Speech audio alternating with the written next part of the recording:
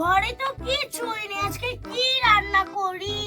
আবার চালও শেষ হয়ে গিয়েছে। আমার কাছে তো টাকাও নেই যে আমি বাজারে যাব। একটু পরে আবার পুতুলদের খেতে দিতে হবে। কি যে করি? দেখি মুন্নিদের বাসায় যে মুন্নি আম্মুকে বলি 2টা চাল দিতে। যাই নিয়ে আসি। যাই দেখি মুন্নির আম্মুকে পাই কিনা। মুন্নির আম্মু বাসায় আছো? কে গো এসেছে আমার বাসায়? এই যে আমি। কয়টা চাল দিতে পারবে আমাকে? কালকে দোকান থেকে এনেই দিয়ে দিব। ও চাল নিবা? হ্যাঁ, 2টা আলু থাকলেও দিও, ভর্তা বানাবো। আচ্ছা ঠিক আছে, তুমি দাঁড়াও, আমি নিয়ে আসতেছি। আচ্ছা যাও। A few moments later. এই নাও তোমার চাল আর আলু। দেও, অনেক উপকার করলা। কালকে আমি দোকান থেকে এনে আমি তোমার আলু আর চাল দিয়ে যাব। ঠিক আছে, সমস্যা নাই, নিয়ে যাও। আচ্ছা আমি গেলাম তাহলে। ঠিক আছে। মুনির আম্মু অনেক ভালো, চাল আর আলু চাইতেই দিয়ে দিল। যাই এখন তাড়াতাড়ি বাসায় যাই। কবে যে আমার অভাবের সংসার শেষ হবে আল্লাহই জানে। এখন তাড়াতাড়ি এই যে আলু আর চাল সেদ্ধ বসিয়ে দিই। আগে আলুটা ধুয়ে সেদ্ধতে বসিয়ে দিই। এই যে পানি দিয়ে দিই। এই তো হয়ে গেছে। আজকে শুধু আলু ভর্তা আর ভাতই রান্না করব।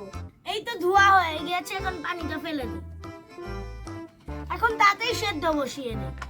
এই যে এটাতে সেদ্ধ বসিয়ে দিই, চুলাটা এখন জ্বালিয়ে দিই। এই তো আলুটা দিয়ে দিয়েছে, এখন পানি দিই।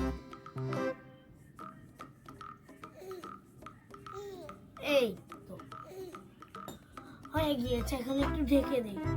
ঢেকে দিলে তাড়াতাড়ি সেদ্ধ হবে। এখন আমি ভাতটা বসিয়ে নেই। এই যে এইটাতে ভাত বসাবো। এখন চালটা ধুয়ে নিতে হবে।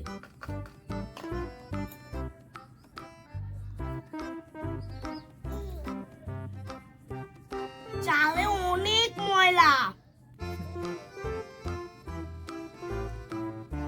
এই তো চাল ধোয়া হয়ে গেছে, এখন ভাতটা বসিয়ে দিই।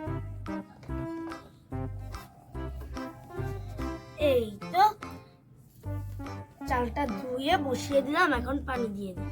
মেও মেও। কি হয়েছে রে বিল্লু তারা? তোরও কি খিদে লেগেছে? দাঁড়া, একটু পরেই হয়ে যাবে।